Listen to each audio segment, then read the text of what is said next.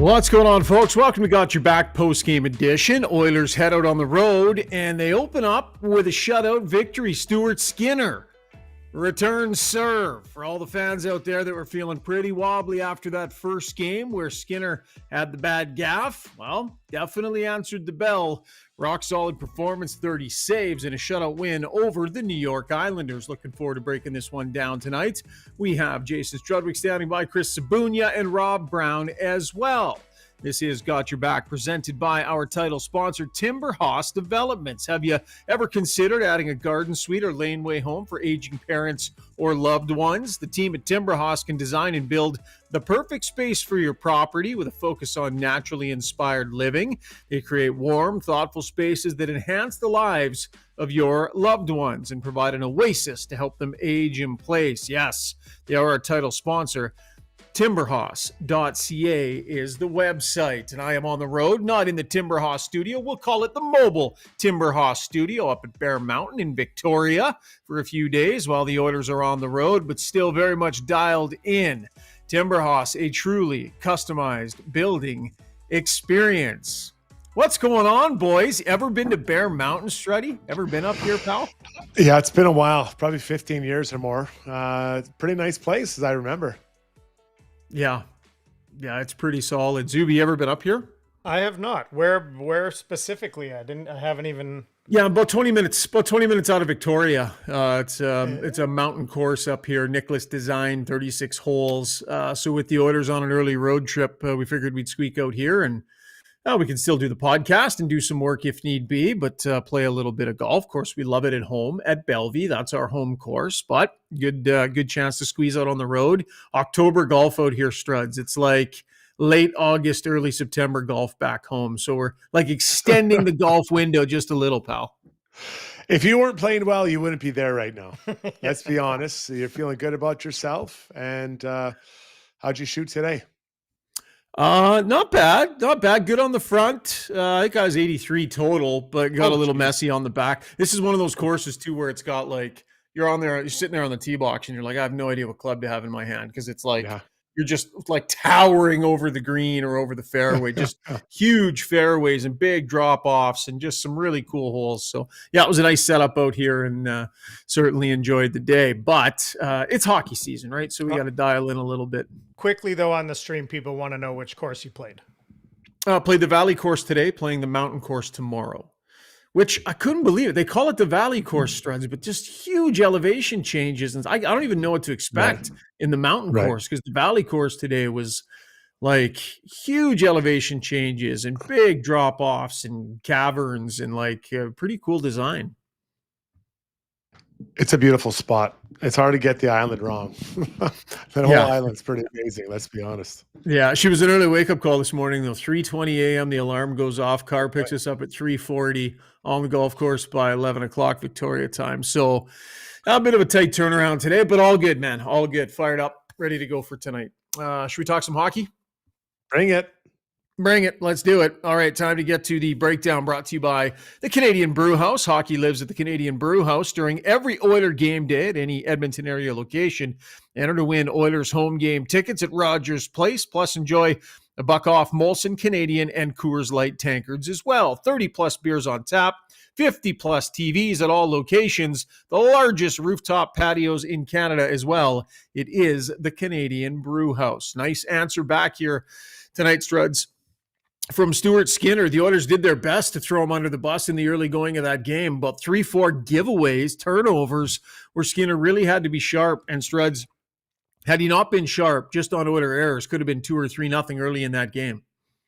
There are games that over the course of the year where your special teams will win it for you, or your penalty kill, or Connor McDavid gets 5 points. Tonight, it was Stu Skinner won the game for them. He was the first, second, and third star. He played very, very well, had some key saves really all over. And there was, the Rangers all over the game, I should say. The Rangers, I don't think they were firing offensively the best. They haven't been at home all year, but he made some key saves on some tough ones. I'm thinking of when Carrick cut in, there was a short side shave on Panarin or Zibanejad later in the game. He played really well tonight. He looked like he was having fun and calm. So this is a huge game for him. That's, that's 2 games now where he was very good, other than the one gaff. That's 2 games where you can say, yeah, he played a really good game for us if you're the Oilers. Yeah, no, I wouldn't disagree with that. Zuby, why don't you hop on in here, buddy? Our resident goaltending Div 12 Host League men's expert. What did you like about what did you like about what you saw from him tonight? Like, what are you noticing? Well, his lateral movement was good, but not only that, that when he got there, he was up and big. His body position was really good and tight to the post when there were those one-timers that came from his blocker side. Really tight, everything. There was nothing there to get through. Really tight to the post and really erect up and down body position when he got there. So I was really impressed. He looked confident, like Struddy said, looked like he was having fun. I think that's a huge thing for Stu. Yeah, let's get to the man himself in the Weiss Johnson Soundbox, brought to you by Weiss Johnson Heating and Air Conditioning. End of season AC sale is on till the end of October. Get up to 20% off any in-stock air conditioners. So the website you want you to go to is wjjingle.com. That is wjjingle.com, because you know we absolutely love the Weiss Johnson jingle here on the show. Exclusive specials just for Got Your Back jingle lovers at wjjingle.com. Weiss Johnson, whoa. Stu Skinner. Making really good tape-to-tape passes. We were just kind of feeling it. I think sometimes it's a little bit of an unspoken thing. Penalty kill was successful tonight. What did you notice about that? I think I think the biggest part was massive blocks at big times, especially when we were on the kill for 5-on-3. I mean, they got some really good chances and they were moving the puck really well. You got to give a lot of credit to their team. I thought they played really well, but the way that we defended, the way that we just battled block shots, Rico had a massive one. I mean, you can name every single guy pretty well how hard they worked in our end. Did you feel like you were able to get into a rhythm early, and that's potentially why you were so successful? Yeah, maybe. I think I was feeling. I mean, same thing as everybody else. I think we all felt good in the morning. I felt good in the morning, and then you just kind of carry that on, and you just continue with that. Being able to make a couple good saves at the beginning always helps. Just feeling good and finding that rhythm. Had to feel good for Stuart Skinner putting up that performance tonight. That sound, by the way, coming to us courtesy Oilers Plus. That was Paige Martin from Oilers TV, who always does such a great job. She was asking Stu a few questions there. Struds, that has to be a good feeling for him. And I know Stu is good at shutting out the outside world. But, man, I have to say, after one game, man, was it ever loud. It was so loud after one game. And I just don't think it needs to be that way yet. I get people are nervous about the goaltending and unsure about the goaltending, but maybe it's changed. I don't know. I don't know if it's changed or not. I don't know how much better Skinner may or may not be this year. But the general manager made the decision. They're going to let it ride. I just don't think people should be hitting the panic button after one game the way they were. I think everyone needs to chill. Give this a little bit of time, and let's see where Skinner's at. Absolutely. Now, he was asked about the penalty kill, though, Shaugger. He mentioned everyone, including TD Force, the head athletic trainer. He didn't mention himself. I thought he was good on the penalty kill, right? I think that's something that we have to give. You have to, I hate those cliches. Your best penalty killer has to be your goaltender. Like, I think that's a really lazy comment, but it's right. It is right. Like, it's a right. So is it lazy or is it right? It can't be both. It's right, but it's lazy. I hate when I think it. I'm thinking, man, the best penalty killer on the ice has to be your goalie. Like, that's what I was thinking. I'm like, I hate that I'm thinking that. Doesn't mean it's wrong. I can still hate it. Two things can be true at the same time, Shaugger. You know what? Connor McDavid hasn't scored a goal yet. 3 games in, right? Are we going to unleash on him for not scoring? So that's 2 games that I feel really comfortable with if I'm the Edmonton Oilers from Stu Skinner. Yes, there was the one mistake, and those things are going to happen. It was a big one. There's no doubt about it. He wasn't just on and just moved the puck really quickly, but he made some big saves tonight. He was the best player on the ice for the Edmonton Oilers tonight, and they won the game because of him in a building that is although the Oilers have done well recently, it's a tough building to play in, and the city's a distraction. They found a way to get it done, and it was on the back of Stu. Do you think it means something that it was against that goaltender? When you're playing against a team where one of their really, and I know his numbers, hasn't been the dynamo necessarily, but that is a guy that is generally regarded as one of the top goaltenders around. So you go in there, it's a low-scoring game. He's clearly having a night at the other end as well. and you outduel him. You beat him. And I know you're not playing against the other goalie necessarily, but when you beat a goalie like that, I think that means something. At the end of his career, Wendell Clark, I got a chance to play against him, and he was one of my favorite players growing up. Mm-hmm. And I knew he wasn't the same guy, but I wanted to beat him. Not like I didn't want to fight him. Let's be clear. And I didn't necessarily want to rough him up. I just wanted to compete against him. So I'm not suggesting Shesterkin's at the end of his career, but he, Stu would know the quality of goaltender he has been for most of his career. And so you want to be ready. You want to compete against one of the best at the position. And he did tonight. And it wasn't that I didn't think Shesterkin was that bad. I don't think the Oilers had a ton of offensive chances tonight. If I was thinking grade A chances, I don't know if a handful, what that measures out to in English, but it was not very many. The breakaway from Frederic, the post from Savoy, there was from behind the net, Bouchard jumping in, hits him in the belly, so there were some, but there weren't a massive amount. And the Rangers had more, again, not a massive amount more, but they did have more. But, both goalies were pretty good tonight, but Skinner was one better against a really good goaltender in this league. We'll get to the rest of the teams play in just a minute. We'll get to the Weiss Johnson YouTube comments here. I've been saying for weeks that Skinner will have a huge year this season. That coming in from Travis Farquharson. Seems like Skinner plays better on the road, maybe because fans are so hard on him at home, says Picket Fence. What else do we have here? Stu, the best player on the ice by a country mile, says Quaddy. So Stu getting a little bit of love on the stream here. Lohan Top Roll says, to be fair, Rangers haven't scored in 3 home games. Now that's got to be some stress, Freddy. Like that's record setting in the modern era. Yeah, I saw that. Now to be fair, they did have 6 goals against the Penguins, I think, on the road. So, it's not like they started the year without scoring a goal. So they have been scoring. But they don't, man, people all think the Rangers are going to get back into the playoffs.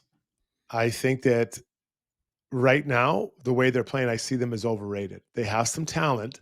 Their fourth line is good. I don't know how much it's going to score. Their third line is okay, and their first and second line are guys that I think at times play a little bit too much around the edge of the game. So, are they a lock in that division to make the playoffs? I'm not sure, even with a new coach. I recognize that voice, Struddy, says Unfortunate Son. Toy Story, Claw Machine Toys. Is that the impersonation you were doing there? No, I think that's just generally kind of how, when people get carried away, I use that voice, like, hey man, we got to get this right. Like when we had to get, I think it started when we started having a discussion about the offside and getting calls, like we can challenge that in NHL.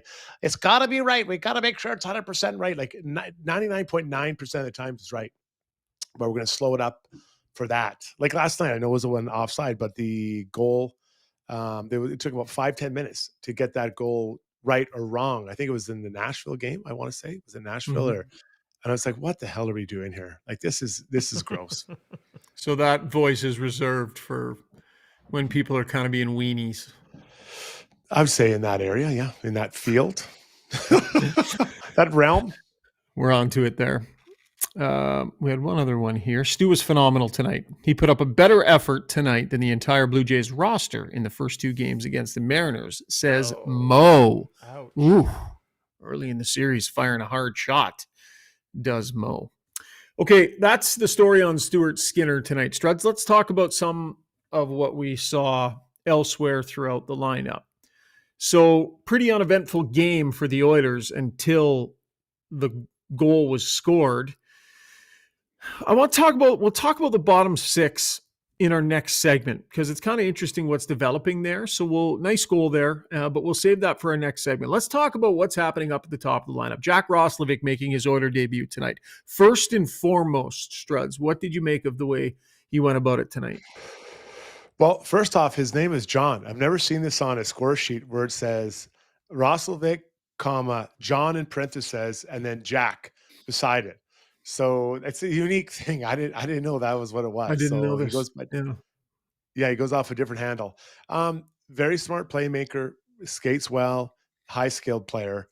He was setting up his teammates pretty well. Like he had one from the corner to the left of the netminder trying to go backdoor to Nugent. I don't know if it missed by an inch. It's barely an inch that they missed it by. So he's a playmaker, right? He's a smart player. He make plays.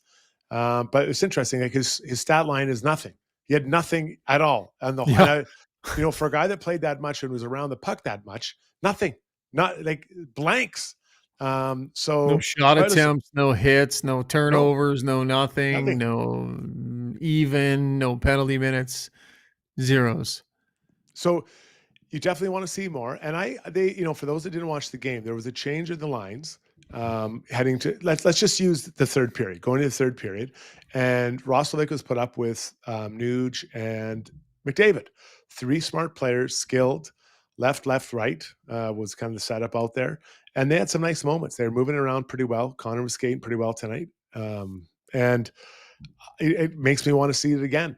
But I think with Jack Roslovic, the Oilers need an extra top 6 player. And there's a huge opportunity here for him to grab that. And I think tonight was a good start. I like the way he skates. He moves well out there. I agree with you. There's some nice playmaking there. Thought he set up Nugent Hopkins there. I mean, that was a headsy play for a guy playing in his first game action of the season. Like I didn't feel like he seemed behind in any of the core skill sets tonight. I mean, he was moving well. He was handling it well. Didn't see him shoot the puck, so you want to see him do that because he's a guy that can score.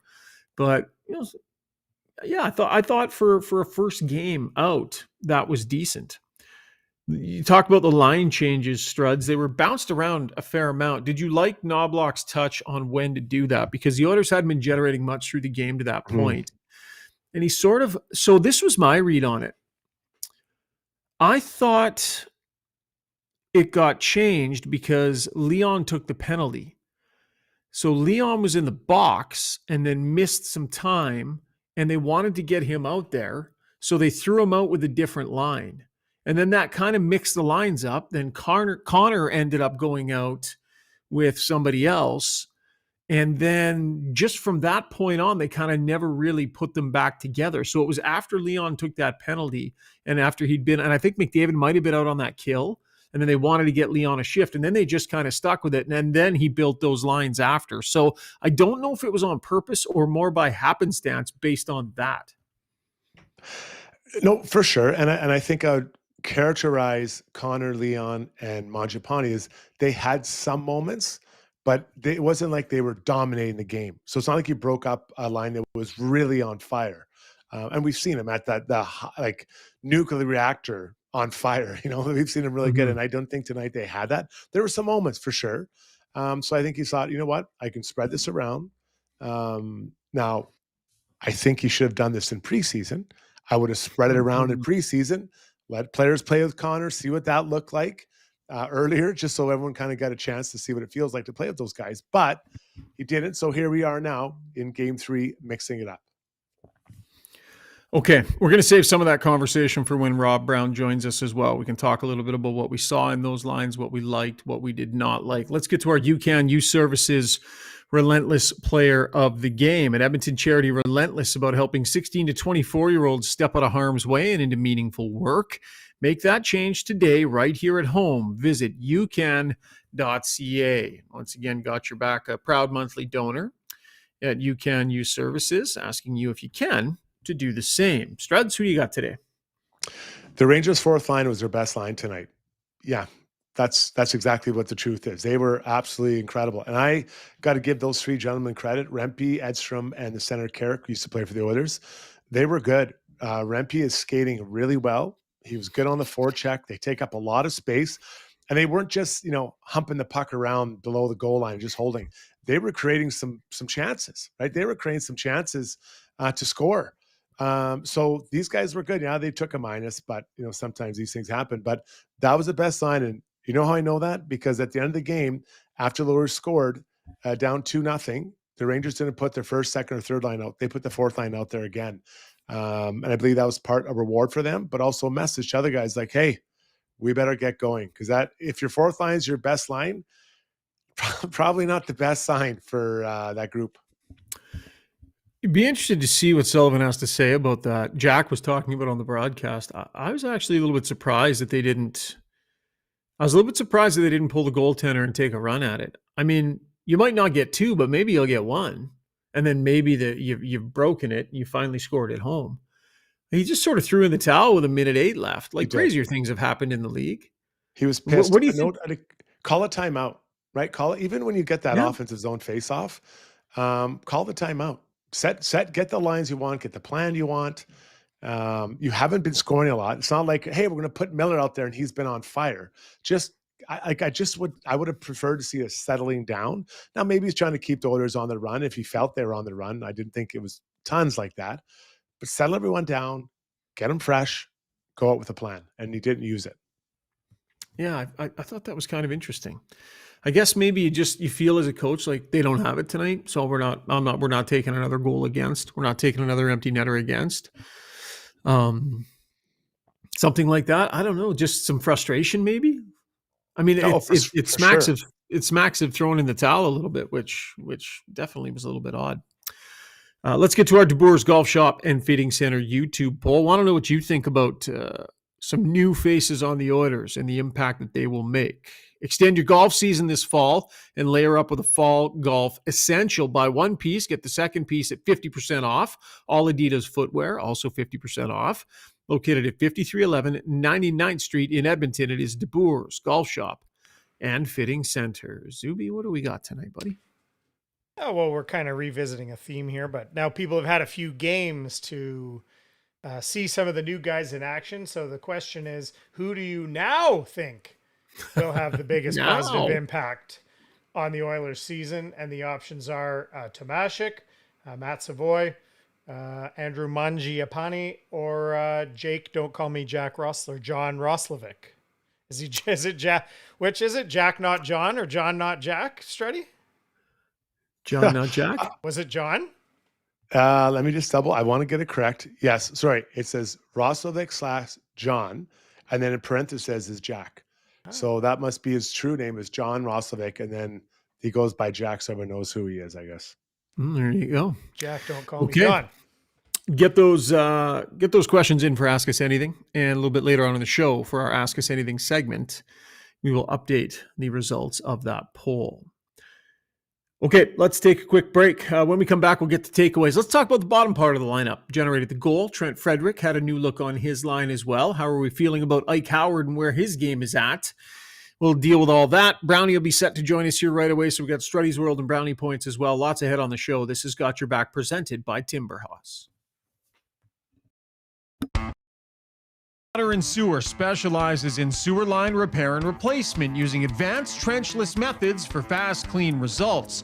They provide detailed sewer assessments and scoping to identify problems before they become costly. Serving both residential and commercial properties, no job is too big or too small, and with over 40 years of experience, they've seen it all. Trust Mainline to keep your lines flowing smoothly.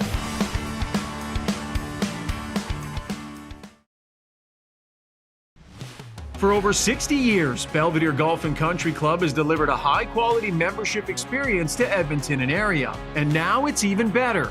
Drainage and irrigation improvements in 2024 have taken course conditions to a new level. This commitment to long-term sustainability means exceptional playing conditions all season long. Belvedere's tee sheet availability is unmatched, so join now and experience golf the way it was meant to be played, on your schedule. Visit BelvedereGCC.com today.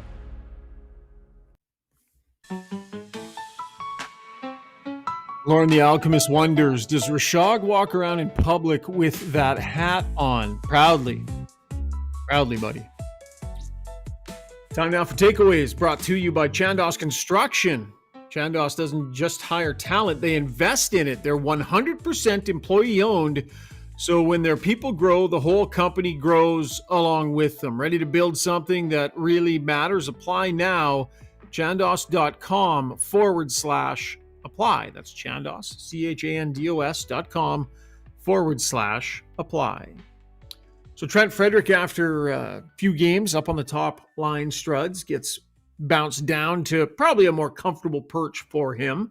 Third line center. I know that Brownie in particular was looking forward to a move of this type happening. What did you make of the decision and his performance from that spot?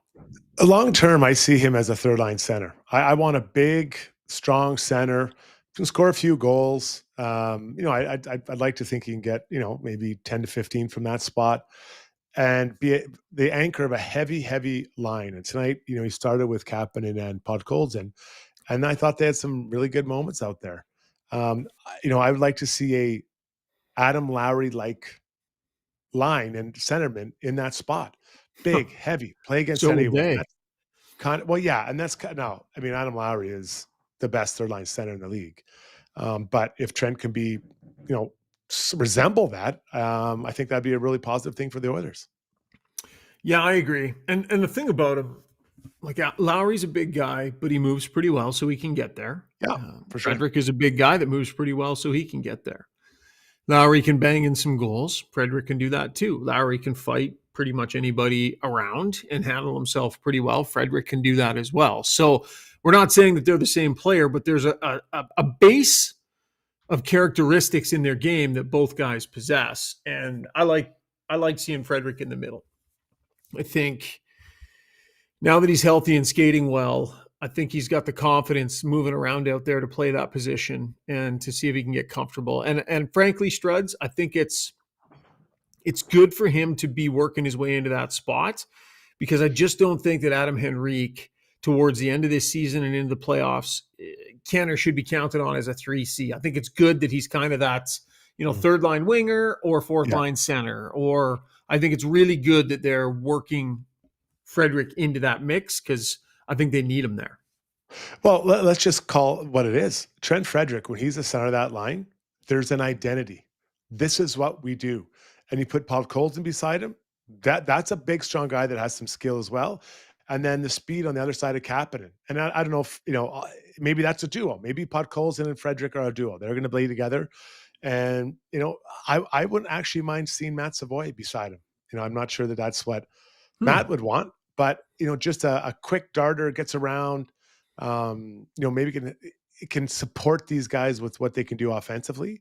But if it's Kapanen, I'm fine with that too. A guy that can hit, and that line has an identity. That's a clear identity of a line for that third line. And then, it's 1, 2, 3. It's Connor, it's Leon, it's Trent Frederic and his three buddies. And then, there's something there. That to me it would not be fun to play against those three centermen in a row. Tomášek ended up getting bumped up the lineup and getting a little bit of time with the big guys up top after starting on the third or fourth line, whichever you want to call it. Not new to the ice with those guys because he was getting some power play looks with them, Struds. Not sure if that was going to continue tonight or not. They didn't get any power plays. Would have been interested to see if he still got that look on the power play tonight. Had they gotten an opportunity? My guess is yes. But what did you think when they bumped him up? And they had him out there with Connor a fair amount, I thought, tonight, didn't they? Yeah, they did. I mean, he had the one nice where he drove the forward. I think it was Will Cooley drove him wide in the recognition. That was a good mention by Jack. And if he's going to be up there, I believe he's a placeholder, right, for Hyman or player TBD. But it doesn't mean that for now he can't do it. Let's see what it looks like. Let's see how that looks and feels. If Connor and Leon are together, what does it look like with those three guys together? Or sorry, with him with Connor. Yeah. Have we figured out, like, I know he's older, spent lots of time in Europe, put lots of points over there. He's come over here, and I think his smarts have helped him out, and a certain amount of needing to get acclimatized to the NHL game. But do you have a feeling yet, Struds, a gut feeling on what they have with this guy yet? I think that the first day that I remember Leon talking about Tomášek, he said he's a very smart hockey player. You can tell he's played a lot of pro hockey. And that's a beautiful way of describing him. I think Leon, he's obviously a pretty smart hockey guy. I think he got it 100% right there. And he's getting by with his smarts. Let's just compare and contrast two players right now, whether it's fair or not. Tomashek isn't around the puck all the time. He knows where to go to get the puck, and he's creating some stuff, not necessarily because of his speed, but he's a smart hockey player. He's got skill. On the other side, you got Ike Howard, who has zero pro experience, running around trying to figure out how to make things happen, right? And didn't play a lot tonight. I think we're starting to see where he's trending. And not because he's not a good player, but just the lack of experience. So two different ends of the spectrum here for these two players. And Tomashek's getting around because of his smarts. And he is a really smart hockey player. Yeah. Yeah, I think you see that. Like, he clearly doesn't have the wheels to make a lot happen off the rush. And good, nice job taking the puck to the net, using some power. He's a big guy. So I think he's sort of figuring out how to let that get some things done for him. But the difference in speed has to be something he's really trying to get used to, Struds, because over there, it's just the speed is different, as you can attest to. And it seems like he's trying to figure out how to be effective and efficient when the rest of the game is moving at such a higher pace than he is.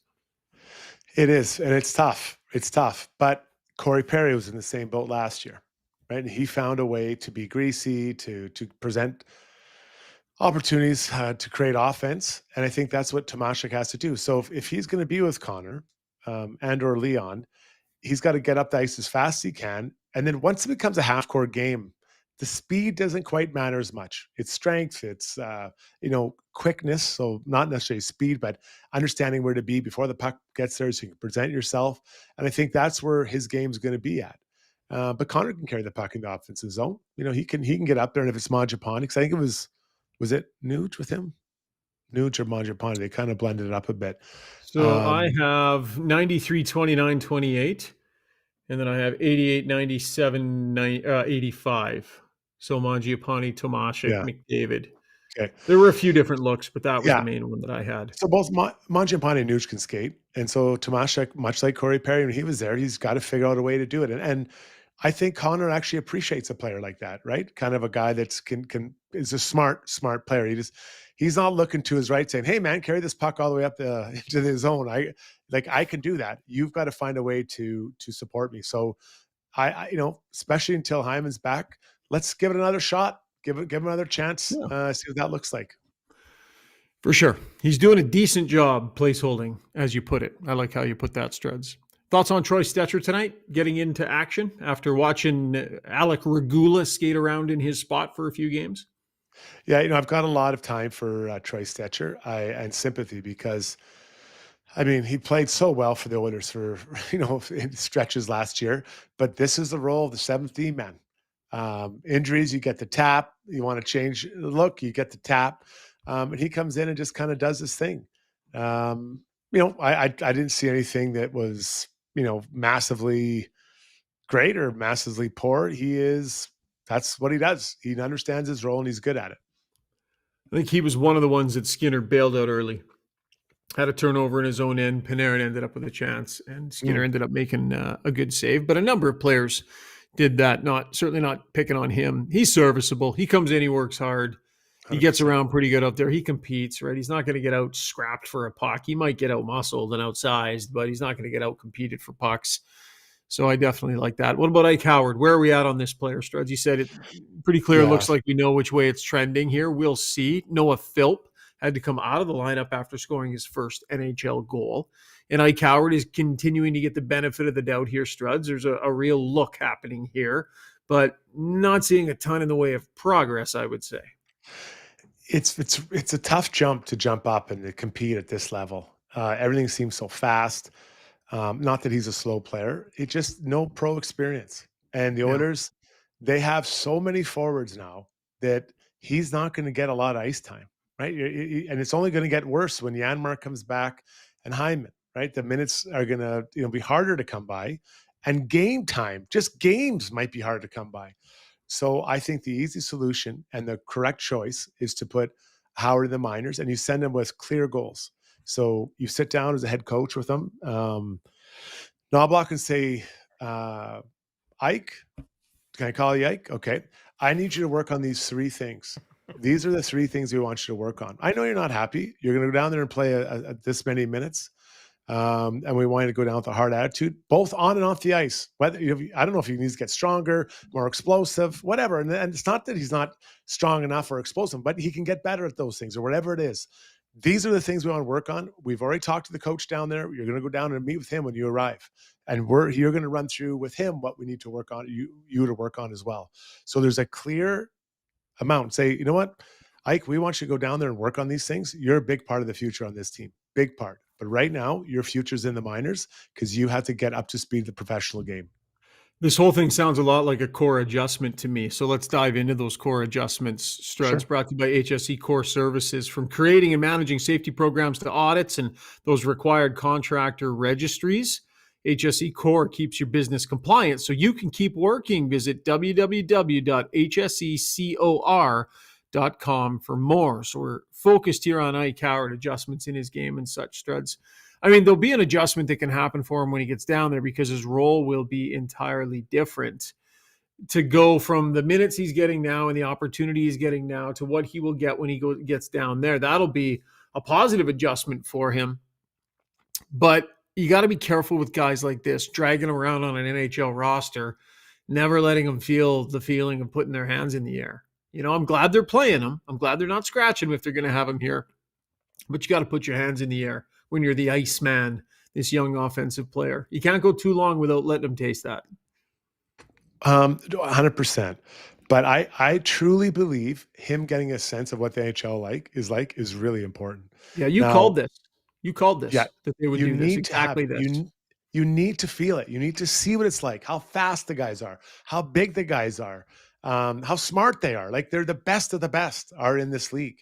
So I guess my question is, and we may not know, I don't know, but you know, does he make it to the end of this road trip? Because they do have players apparently coming back, whether it's Janmark, whether it's Wallman, they're going to come back and play at some point, and he's the easiest body to move out. That by far the easiest because there's no need for waivers, and this is the right move. The next step for him is after getting an NHL taste of the speed, he goes down to the minors and he plays there.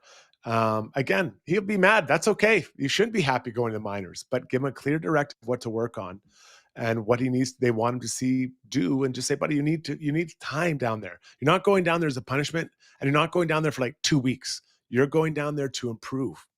We don't have time on this. You're getting better. And I always hate when they say, well, we're sending him down for a month. No, send him down as long as it takes. Yeah. Do you think that, I mean, I feel like they've made mistakes in the past with giving players timelines when they go down. To your point there, I feel like it needs to be more about results and such, right? I think they made mistakes with Puljujarvi. I think they put timelines on when they were going to bring him back and got themselves in some trouble. I think we'll see Stan Bowman take a pretty, patient, logical approach to developing Ike Howard and using the American Hockey League to do so, Struds. I just get the sense that they're not going to get caught up in promises getting in the way of proper development of the player. So the word I'd use is growth. We need growth from this player would be if I'm Stan Bowman, and my message to Knobloch and my message to the coaching staff in Bakersfield, who I think start this weekend. We need growth. We need this guy to grow, develop, and be better. We're going to keep a close eye on him, whether it's me, if I'm Stan, or Keith Gretzky, whomever. We're going to be watching and monitoring for growth because they need him to be a top 6 forward, Shaugger. There is no doubt in my mind he has to come through. He has to come through for them, just like the same with Savoy. But Savoy's a year down the line, so you're 100% right. And he won't be happy. And you don't expect him to be happy, but growth is a word I'd use. They need growth from him from month to month. Andrew Funk says Hat should say golf groin, not golf nerd. Not a bad call. Although I got to say, thanks to the bridge, the golf groin has been feeling pretty good. Let's take a look at what else is going on around the hockey world in our Take a Lap segment, brought to you by our good friends over at Riverside Motorsports, family owned and operated, serving Edmonton and area for over 55 years. They feature top brands like Yamaha, Suzuki, Polaris, Husqvarna, Gas, delivering the best selection in Alberta, big inventory of parts and accessories, recognized as the #1 KTM dealership in the country. Check them out at www.riversidemotorsports.com or stop in at their store just off of St. Albert Trail. Struds, what other stories would you like to focus on, sir? Well, watching a bit of the game last night, Nashville and Ottawa, and Roman Josi, not a known dirty player, cross-checked Brady Tkachuk from behind, lightly but he kind of went awkwardly into the wall behind the net.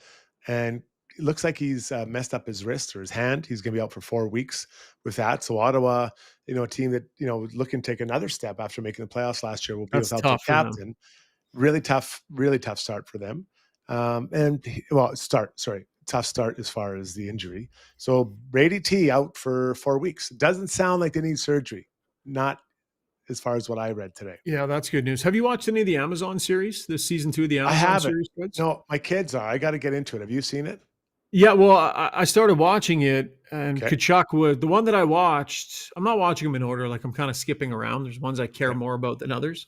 But I did watch the Tkachuk one, and he was heavily featured. And man, the guy is just wired. He's just wired to compete. I was at the Four Nations where we saw that mayhem. I thought it was an awesome behind the scenes look at the way all that went down on the ice, because they had guys mic'd up and stuff. So it was a pretty cool episode.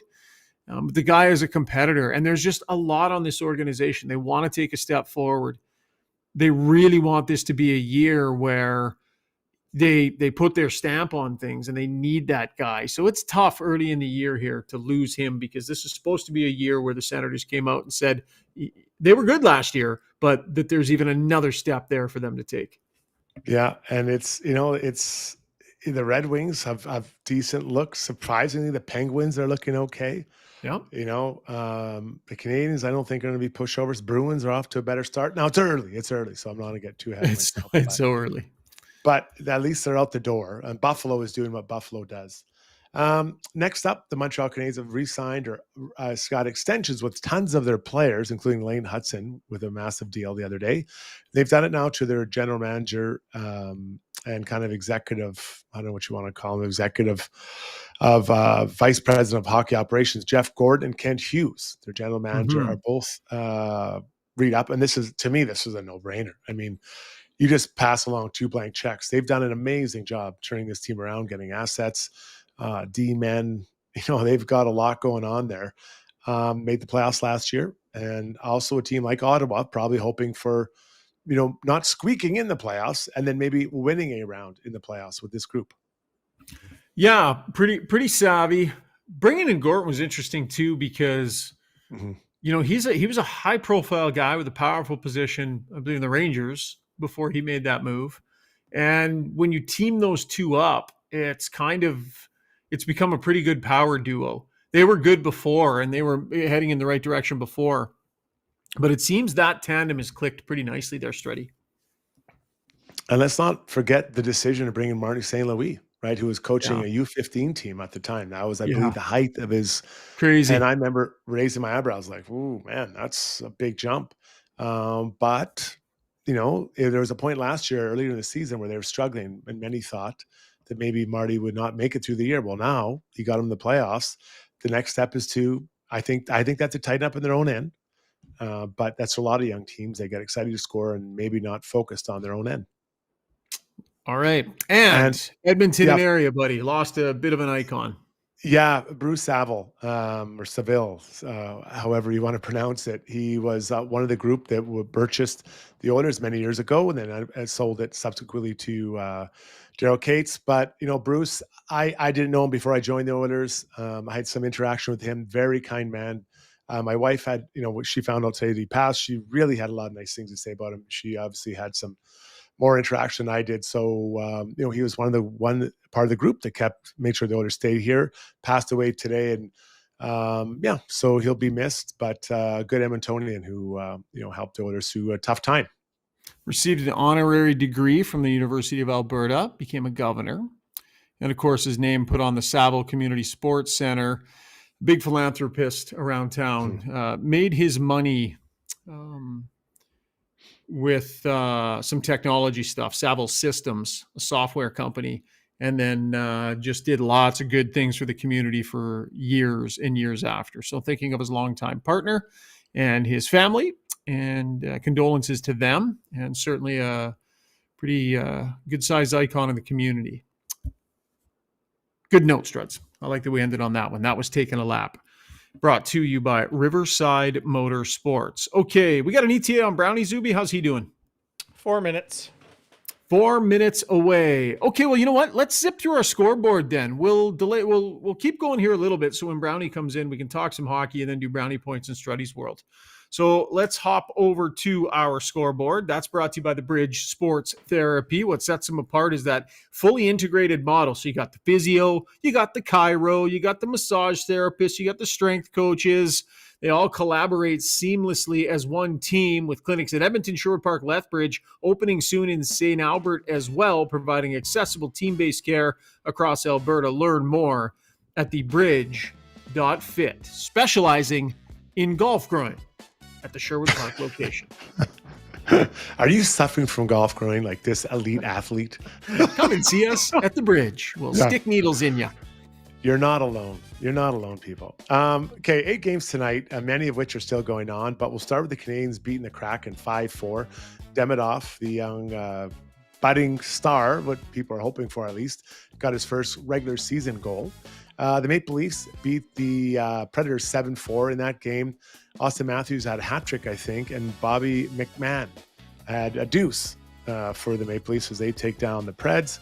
And then the Caps beat the Lightning in overtime. Jake Gensel getting on the board for the mighty Tampa Bay Lightning, and Tommy Wilson getting the second goal of the year there as well. Still in progress, halfway through the game. We've got the Flames beating the Golden Knights 2-1. So if you're an Oilers fan, cheer for the Flames tonight.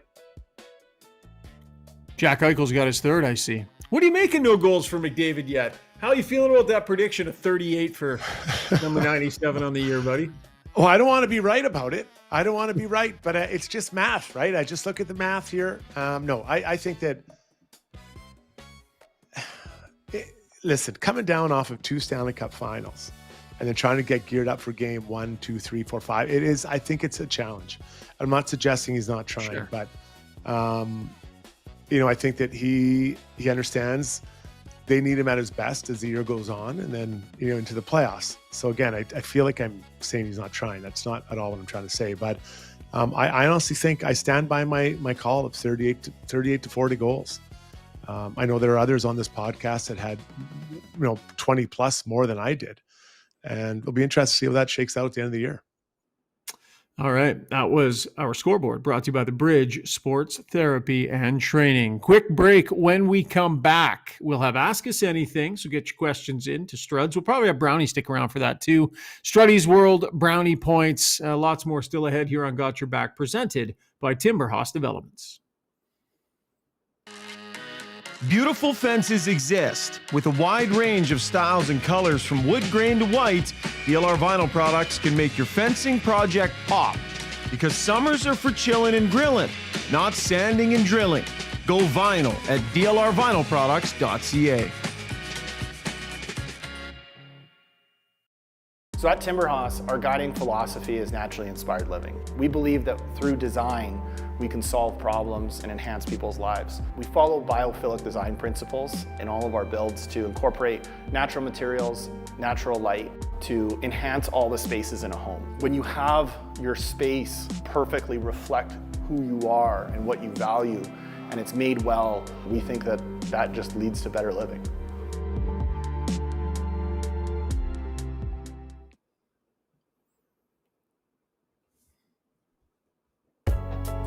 Choosing to buy a home is one of the biggest financial and personal decisions you'll ever make. It's a decision that requires strategic planning, market expertise, and a trusted advisor to guide the way. The team at Body Realty with Royal LePage AR team combines deep market knowledge, forward-thinking guidance, and exceptional dedication to make the process effortless and stress-free. Where every client is treated like the only client, visit BaddyRealty.com, a real estate group like no other.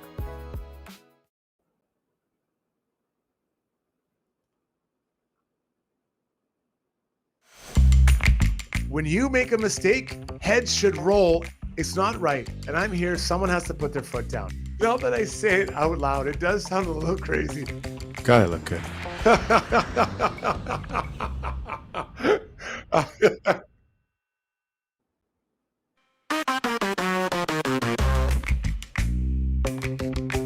Yes, it is time for Struddy's World, brought to you by DLR Vinyl Products. Ready for a deck that lasts? DLR PVC Decking brings you Vecca Deck and Wolf Serenity, exclusive boards with a pure PVC core, resistant to water, mold, and insects, with a natural wood grain finish protected by UV inhibitors.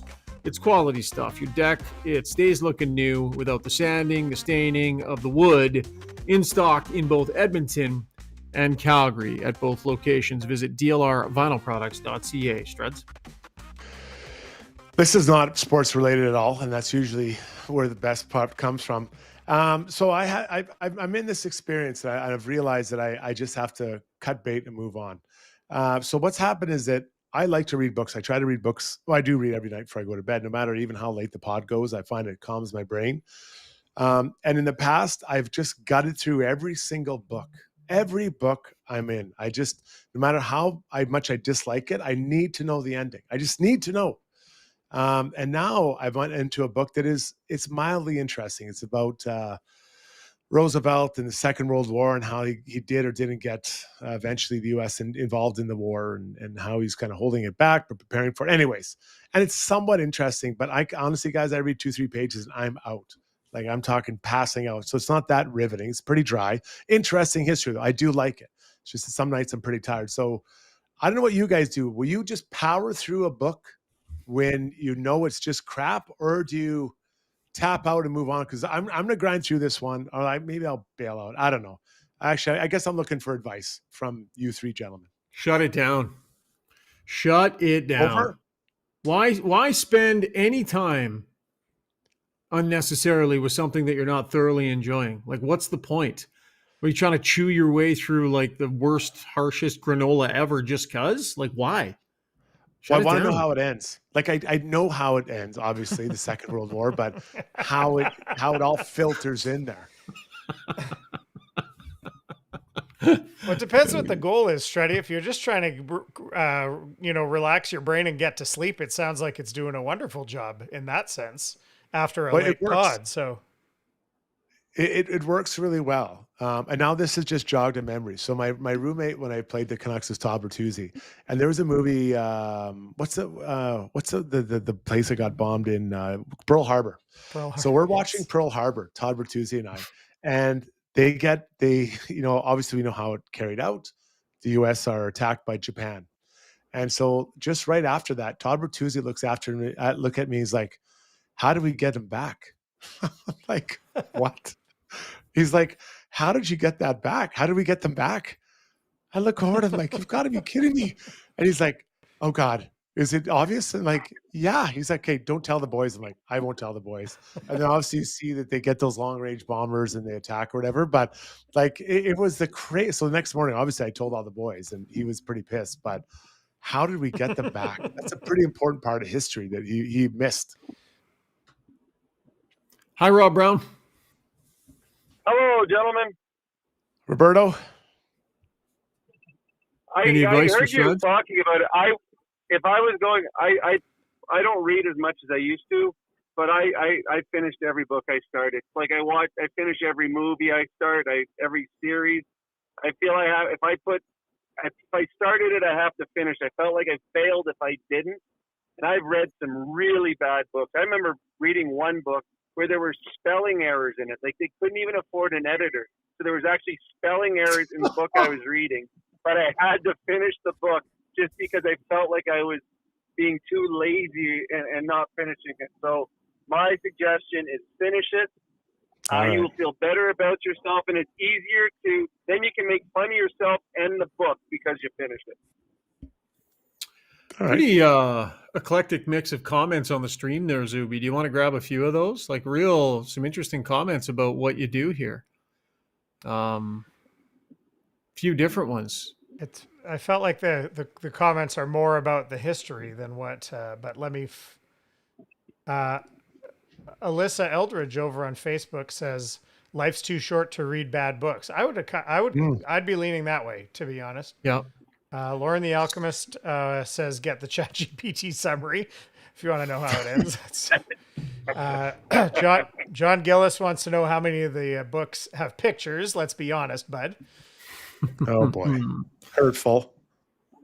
Lauren the Alchemist there is saying to tap out. I'm with him. Tap out. It's just, yeah. And people are saying I don't get a vote because I listen to all my books, but same thing. I've had books on tape that I'm listening to that I shut down.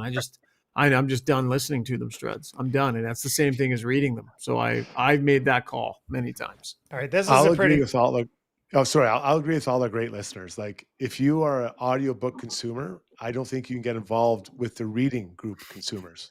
I think it's two different things. It's like a running group and a walking group. It's the consumption of information intended for us to consume by the author. This is a very funny comment from McGarnacle, who had a good view from behind his desk. Bertuzzi saw his own highlights and wondered how he could be playing and watching the game at the same time. And that's pretty funny. How did we get them back? I'll never forget that line. I'm like, what? What did you say? All right, that was Struddy's World, brought to you by DLR Vinyl Products. We're late getting to you tonight, Brownie, so we're going to throw you right into the fire with your brownie points, buddy. You can do a lot of your game analysis with your brownie points, so go ahead and throw them in there. That's brought to you by the Alberta Ram Dealers. A 2025 Ram 1500 is Motor Trend's Truck of the Year. Visit your Alberta Ram dealer to get into this award-winning truck at a competitive price. Capable, stylish, powerful Ram. Well, I'm going to start with 13 brownie points to the newest Edmonton Oilers, Jack Roslovic. And for a guy who had not been to a training camp or exhibition season, hadn't been skating with NHL players, to be thrown into a game at Madison Square Garden, playing with Connor Endor, Leon throughout the night, I thought he was good. I didn't know what the expectation was for him tonight, but he played 13 minutes. He looked confident with the puck. He made plays with the puck.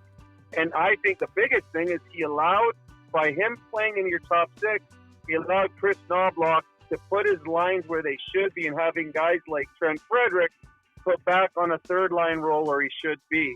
I got 942 brownie points to Stu Skinner. After game one, we heard a lot of catcalls about Stu Skinner and how the Oilers need to we got phone calls, Pickard should be the starter, Ingram should be the starter, fire the new goalie coach. Stu Skinner comes in with a fantastic start. He's the reason the Edmonton Oilers get 2 points in New York. And on the season, as bad as the one goal was in the game against the Calgary Flames, he has a .942 save percentage. So good on Skinner tonight. I got 15 brownie points to the Oilers forward depth. They've got 12 forwards playing. You got no Lazar, no Philp, and no Hyman right now. This Oilers forward might be the deepest it's been since I've been around the Oilers. There were times where the Oilers had forwards dressed that weren't good enough to be in the NHL. They had no choice. Tonight, they sat out Noah Philp, who I thought was outstanding last game, was first star in the hockey game, scored his first goal, and he still was in the press box. The Oilers have depth up front. That will pay dividends as we move forward. I have 100 brownie points to my brother, Scotty. He's the sports editor for Canadian Press. Got me and him sweet tickets in Toronto for the Blue Jays game the other night. Fantastic time with my brother. I want to thank him. Unfortunately, the Blue Jays do not have a very good game. So we didn't stay for game two, but thanks to my brother for those sweet tickets. And the final one, I've got 13 brownie points, and this is going to a line, the best line in the hockey game tonight. In a game that had Connor and Leon and Nuge and Panarin and Zibanejad and JT Miller, the best line in the game, and it wasn't even close, was 6'7" Edstrom, 6'8" Rempe, and former fourth line / extra forward Sam Carrick. They were dominant in this game. And if it was not for Stuart Skinner, that line could easily have 3 or 4 goals. That is a fourth line at most. I thought that Rempe should have been out of the league 2 years ago. I was wrong. That line was excellent. I got to give credit to 3 guys that are fourth line players that actually dominated this hockey game and probably deserved a better result. And those, my friends, are tonight's brownie points. Yeah, you and the relentless player were matching up there, Brownie. Strud gave that line a whole bunch of flowers as well tonight. Pretty impressive for such big guys, hey, Brownie? Oh, I mean, you would think that all you would see out of them would puck dumped in and big body checks, or at least try to have big body checks. A lot of guys that size don't skate as well. They don't have the agility, so they'll get a check every few games. They're making plays. They had nice plays off the rush. Sam Carrick had the best 2 opportunities in this hockey game. Skinner made 2 great saves on it. Rempe, I didn't understand or realize how fast he was. He created things with his speed. They played within the rules. They played smart. And with less than 2 minutes to go in a game, they were losing by a goal, 1-0. Sullivan, the head coach of the New York Rangers, has them on the ice, and he should have. They were by far the best line for either team in this game. And, I agree with the relentless player. I was very, very impressed with those 3 hockey players. All right. Got something, fantastic. No, that's good. No, that's good. All right, we'll wrap the segment. That is Brownie Points, brought to you by Alberta Ram Dealers. So, going to pull a bit of a curveball here for you, Zuby. I'm going to bail. I'm getting the heck out of here. And Struddy and Brownie are going to handle Ask Us Anything in our play of the day with you. But you teased us a little bit with the 70s retro animation, but we didn't get to hear the music. And I think you need a little bit of a transition to get me out of the show. So I'm going to exit out of here while you give the people what they need. We'll be right back with Brownie and Struds on Got Your Back for Ask Us Anything and our play of the day. And I'll talk to you after the Islanders game. See ya. Nice job, Zuby. Nailed it. I got to get this other shot set up anyway, so people can enjoy this little interlude here.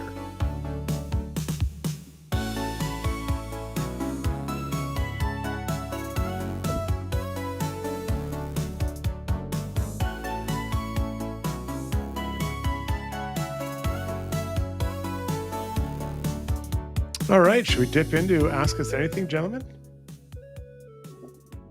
Let's, Struddy. Sure. I'm ready here. Let's Let's get get her at her. Okay, let's do it. Let's do Ask Us Anything, brought to you by BJ Electric Supplies, an Edmonton-based independent electric wholesaler offering a wide range of products from lighting and lighting controls, wire and accessories, control, and hazardous products. You name it, they probably have it. Serving electrical contractors working in Alberta's oil and gas, commercial, residential, and OEM sectors. Check them out at bjelectric.ca. All right. Let's see. I think we got it all here. I think we're all good. Lots of questions and comments tonight about Stu Skinner. Guessing is easy says, this is the problem with Skinner, consistency. So I think that's, for the people who are still down on him or were down on him after game 1, I think that's going to be the show me factor, right? Like, let's see which guy we're going to get more often than not. Let's double back to this idea from Lucas. He said, Skinner gave away 1 point in the first game, but he just stole 2 points tonight. So he's +1 thus far in Lucas's book. If he can stay ahead in this regard, he'll win me over. This is the goalie doesn't factor so large into each game that you can apply that plus or minus. But what do you think of that idea, Struddy? Well, it's a kind of a pretty basic way of keeping track of where he's at. The goals, that he gives away, or expected goals. Is he plus, is he minus? And let's just say we took that one mistake out. 2 really good games from him. So I think we got to judge him on kind of like 5, 10 games, 20, and just keep moving it down. And he's played well. Like tonight, he was the reason they won the game, Brownie. Don't you think? Oh, 100%. The second period, the Rangers were dominant. The shots were, I think, 11-3. Knobloch even admitted after the game they had to change the lines up because they were creating nothing and they were getting out-chanced. So Skinner kept them in it, gave them an opportunity to have a better third period. Stuart Skinner's made 1 blunder this year, and it wasn't on a save. It was simply he didn't move a puck or cover a puck, which was a weird one. But tonight was a great rebounding game, and I think that's the one thing that we've seen with Skinner. If he has something that he thinks is off, he usually responds pretty good the next game. Yeah. In that first game, even though we only made the one mistake, I felt like it looked kind of like tentative Stu. And tonight it didn't. Tonight his confidence level, you could see it. It was, to me, it felt like a different guy tonight. Let me go to some talk about Isaac Howard. Neil Garrity says it's hard to see how well Savoy is playing and not think Howard would benefit from playing in Baco until he's ready. Peter Matichuk says, unpopular opinion, Howard needs time in the minors. I don't think that's that unpopular. We talked about this a little bit. Brownie wasn't here. Do you think that's the way it's trending here, Brownie, once the team's getting healthy? Yeah, I think he'll be sent down. He's not real noticeable, and partly because of his line mates, partly because of ice time, a lot because he's an offensive player that's not going to get power play time or much of it. And he's never played against men. He's had one really strong season in his career, and it was when he was more or less the oldest player in college. He was in his third year, so I think he will benefit like Savoy did, playing against men, learning the professional game, playing in all situations. And Struds, you know as well as I do, you become a better hockey player playing 24, 25 minutes a night than you do playing 8 or 9 minutes in really fourth line situations. Yeah, and he's got to feel like you're the man, right? If you're going to be the man, you got to be that, and you got to play in the minors. So I Brownie, there sounds like Jan-Mark Wallman might be coming back sometime during this road trip. I'm not sure that Ike makes it home with the Oilers. I think he ends up in Bakersfield pretty quick here when those guys get back. And again, it's not that he's not a good player. It's just he's not ready for the NHL. And there's a long lineup of people who've had that same experience. There's a handful in the league that go straight in. So Zuby, I think that I would expect him to be in the minors and with a strong directive what he needs to work on. Penner's Pancakes with an interesting, I thought that just the wording of this, and maybe you guys even use this word, but he said about Trent Frederic, I thought Frederic looked more comfortable on the third line. I thought that's a good observation, a good word to use. And then Lauren the Alchemist added on Frederic, what's the over-under for points for Frederic? And let's assume him in this sort of 3C role. What's the over-under for points? And do you think that word comfortable bears anything of what we saw tonight, Struddy? Yeah, you know what? Trent Frederic playing alongside Connor and Leon remind me a little bit of seeing Ryan Rishaug on the dance floor, right? Like it's just awkward. And that's kind of and you know everybody's looking. Yeah, and everyone's staring at this absolute stud with the golf groin trying to get around the dance floor, spanking the planks. As far as points, it's a little bit dependent on line mates, Brownie. I like 25 to 30. You know, if we have him in for 12 to 15 goals, can he get 15 apples playing with a Kapanen and Paul Colson type of duo? Well, it's funny when Zuby said that 30 points to me would be a good season. I mean, the Oilers' third and fourth lines do not score a lot because they're not usually put in positions to score. They start a lot of face-offs in their own zone. They don't play against tired groups because if there's an icing and the other team is tired, they're coming off to get Connor and Leon on the ice. So it's hard to get a lot of points playing third or fourth line. I think comfortable is a great word for what he looked like tonight. What his strength is being physical, and as you talked about it the other day, holding on the puck, keeping control of it down low, forcing the opposition defenseman to get tired trying to control him. You can't do that with Connor or Leon. Simply, they need the puck, and they don't dump the puck in, so you can't be physical. So I believe, and I've said it right from training camp, I thought he was miscast when he was playing on the first line with those two guys. I think he'd be much suited better playing on the third line and allowing himself to control play. Because when you're playing with Connor and Leon, you're not controlling any play. You are just out there creating space. Tonight, I think he looked comfortable. And it's funny, Struds, the first goal of the season wasn't in the two games he played with Leon and Connor. It was when he was with Paulson and Kapanen. So I just think, I think comfortable is the perfect word to what Frederic looked like tonight. Avi Hoffman with a statement here that I just kind of really agree with. He says this Oilers team has a way different vibe to it. The speed is back, and Wallman and Hyman aren't even in there yet. It hasn't been perfect, but I do think this feels different this year, certainly than the start of the last 2 seasons that we've seen. Brownie, agree or disagree? I think there's a better vibe, but to me the word is I think they're playing more desperate. I don't think the last 2 years they played with desperation off the start of the game. I thought both seasons they started loose. Just look at the number of blocked shots the Oilers are blocking right now at big times. Nurse last game, late in the game on the Hughes power play shot. Tonight on the 5-on-3, Ekholm more or less laying face first in front of the puck, blocked a nice opportunity. So I think there's a desperation and there's a commitment to defense for the most part. So yeah, I mean, again, this is a long season, and there's what happens in the first 3 games.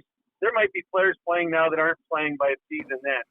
Having said all of that, Struds, I do like the commitment to defense, and they're 2-0-1 right now, and Connor and Leon have not had the production that Connor and Leon have had. I don't believe Bouchard has a point. I think he is. I don't think he's been near as good as Bouchard capable of playing. I think he's been a little off in these games. Yet other players are coming up big at other moments. So I do believe right now that the record speaks for itself. This is a much better team starting this year than the last 2 years, Fred. Yeah, I love the way you frame that. And I think the team does look pretty quick. You think about, Perry out, Savoy in. Now, totally different players. Like, let's be clear. Even Evander Kane, isn't in there, and you've got a guy like Mangiapane, who's probably quicker than him in a straight line. Same as, like Trent Frederic. He's better this year than he was last year with his skating because he is feeling better. So I think the team has upgraded speed. Now, they're not as big, and that is a concern of mine, but there's a lot of time to go before they get that. They have to get that sorted out. Okay, let's entertain a couple of, I won't call them conspiracy theories, but fan theories, and you guys tell us if you feel like there's a chance of these things happening. Mars Boy wants to know, is there a chance Tomashik keeps the net front position on the power play, I presume, when Hyman returns? And maybe, I guess we could sort of handicap this as, is Hyman 100% when he comes back? Does he go right in there because of the physicality of it? Or is he all in? Or could Tomashik keep it even longer than that, Struddy? I mean, it's been pretty good with Hyman there. I have a hard time, but the look he offers, and Brownie, we haven't talked to you about it, but the look he offers that Hyman doesn't is when he pops out to the hash mark and the puck goes down, then he can hit him up high. That really opens up things, for the pass from the cross ice, kind of from below the goal line to the opposite side on the other side. So I'd have a hard time seeing Hyman not being on there, but maybe there's a bit of a mix and matching. Brownie, what do you think? I think Hyman goes there 100% automatically. And I have liked Tomashik's game, but I'm not guaranteed Tomashik's going to be in the lineup when they're fully healthy. You're going to get Hyman back, Janmark back. There's 2 players. Who are you pulling out of the lineup? Howard will be coming out. It'll be one of them. So Hyman was part of the best power play in hockey. When he's back and healthy, he's got 54 goals in an NHL season. Tomashik has 0 goals in an NHL career. So I think Tomashik could be someone that can be put out later in a power play when you change it. But no, it's going to be Hyman 100%. Okay, here's another one. This is just an observation from tonight. Canadian said Draisaitl was a little bit lazy tonight, in his opinion, and he didn't get put out on the ice for the 5-on-6 situation at the end of the game. Possibly a subtle message sent by Chris Knobloch. We talked at length about Connor and Leon being on the ice for the 6-on-5, 6-on-4, I think maybe it even was, at the end of last game. Anything? Do we want to read anything into this, Stretty? Refresh me. It was Connor with was it Mangiapane? It was Connor, Mangiapane, No, and Henrique. Henrique scored the goal. Henrique. Right. Henrique. Yeah. Right. Of course. Yeah. So, I don't think I'm gonna go as far as that. I honestly think they need to explore and have different players out at different times a little bit. Like there's not like they didn't have veterans out there, but to give other guys a chance to do it. It can't always be Connor and Leon Brownie. Yeah, I disagree with the comment. I think that he was going with two lines, and that was one line that was out there. And if they changed, and Leon was going to come out with his line. So there was 2 minutes to go when it happened. So at that point, you're going to want to have two lines to be able to play with the net empty. So Connor's line went out first, and then if they changed, if they didn't score, then Leon would go out next. So I don't think there was any message being sent from Chris Knobloch to Leon Draisaitl. I don't think you need to send a message to Leon Draisaitl. He is one of the best two-way forwards in the National Hockey League. I'm fine with Leon's game. Okay, a couple quick non-hockey ones here, and then we'll wrap it up. Paulie had a good one here. You guys might have to think on this for a little. This is a deep question, but I like it. He said, what's a lesson from sports that you use in your everyday life outside of sports? What's something you learned in sports that you apply to everyday life? I'll let either one of you who comes up with something quickly, you can jump in and go first. Being a good teammate. I mean, being a good teammate on a hockey team or any team is like being a good teammate in a marriage, like being a good teammate in a friendship, like being a good teammate at work. So I think there's so many things with hockey. I could name a whole bunch of them, but I don't want to steal anything. Struds is going to have to name one too. But the simplest one is just being a good teammate, being there for them, being a positive influence, someone that you can lean on in times of trouble, picking up your teammate when things go wrong for them, being there to encourage them. So there's so many positives about being a good teammate that you bring into real life. Bro, that's a great one. That's really good. Mine was just know that I'm the best. Just be arrogant as hell.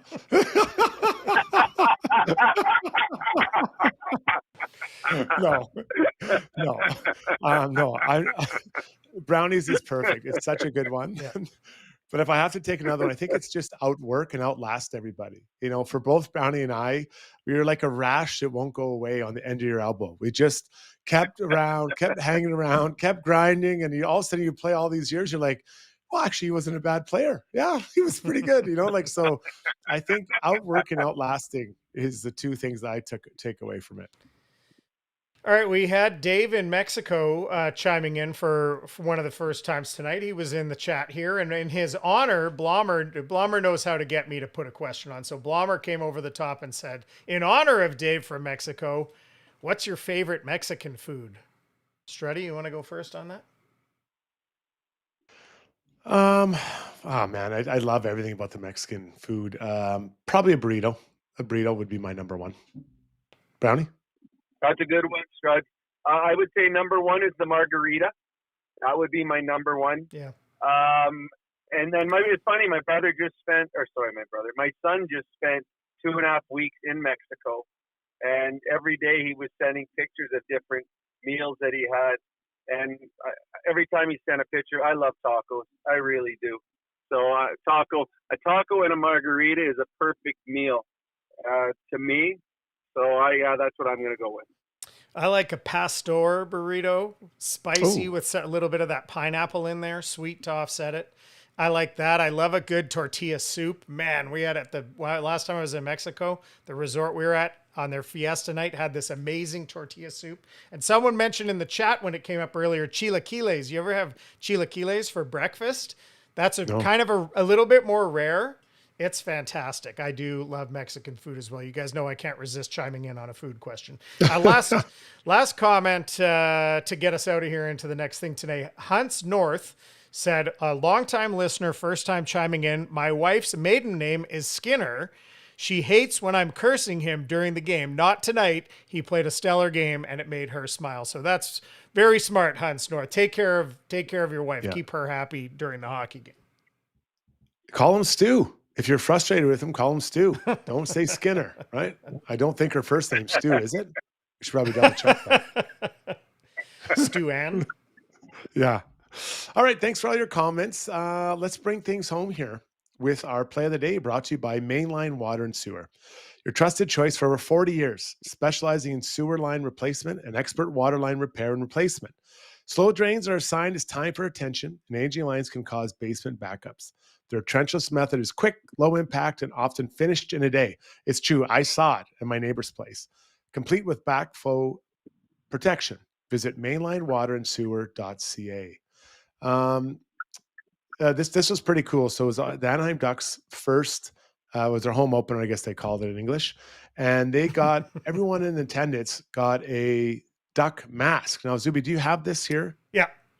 Okay, so here it is. So these masks actually look like something Rob Brown would have worn when he played in the NHL, and every 2 weeks he would go and rob the team for pay. But the mask, if you're not watching it, they're kind of those mean duck look masks, that were mean duck faces that the ducks get on different cartoons and stuff. But so cool. They're white with kind of reddish eyes, and I loved it. So a really cool promo for the Ducks in their home opener, guys. Did they light up too? Well, you know what? It looks like maybe, I wonder if they had like a Coldplay bracelet style, the eyes light up or something. That would be pretty awesome. I don't know. I saw the pictures of them in the stands with like sitting in the seats. Did anyone see them? Did everyone put them on? Like that would be intimidating. You come out on a rink and everyone's wearing like the Jason mask, duck things in the stands. That'd be a little freaky as you're skating around. That'd be really cool to see. But that was a good, I love what the teams do. The promos are pretty cool to see. So good for them. All right, everybody, that's it for us. Any final thoughts, Brownie? No, I thought that was a fairly entertaining, more or less 1-0 hockey game. And I like the fact that it was one on the back of great goaltending, depth scoring. Too many times this Oilers team relies so much on Connor and Leon to win them hockey games, and tonight it wasn't. It was great goaltending and depth scoring that won them this game in a tough place to win. So good win for the Mighty Oil. Zuby? And somehow it felt, I wouldn't say never in doubt, but they felt like a confident team. They felt like they were comfortable protecting that 1-0 lead. And I guess when your goalie's playing that way, that goes a long way. It was absolutely fantastic. So Oilers win. Are now 2-1 on the season. They play again Thursday. We'll have a next podcast after the Devils game on Thursday. And Struddy's World tomorrow. Zuby and I, 12 o'clock, high noon, as they call it. We'll have it there. Tune in then. We'll get you caught up with some looking forward thoughts of the New Jersey Devils and any moves that may happen, because Oilers practice tomorrow around, I think, 1 or 1:30 Eastern time. On behalf of Shaugger, myself, Zuby, and our good buddy Rob Brown, thanks for tuning in, everybody. You can check us out at anywhere you get podcasts. Tell a friend, give us a thumbs up. We'll talk to you tomorrow for Struddy's World.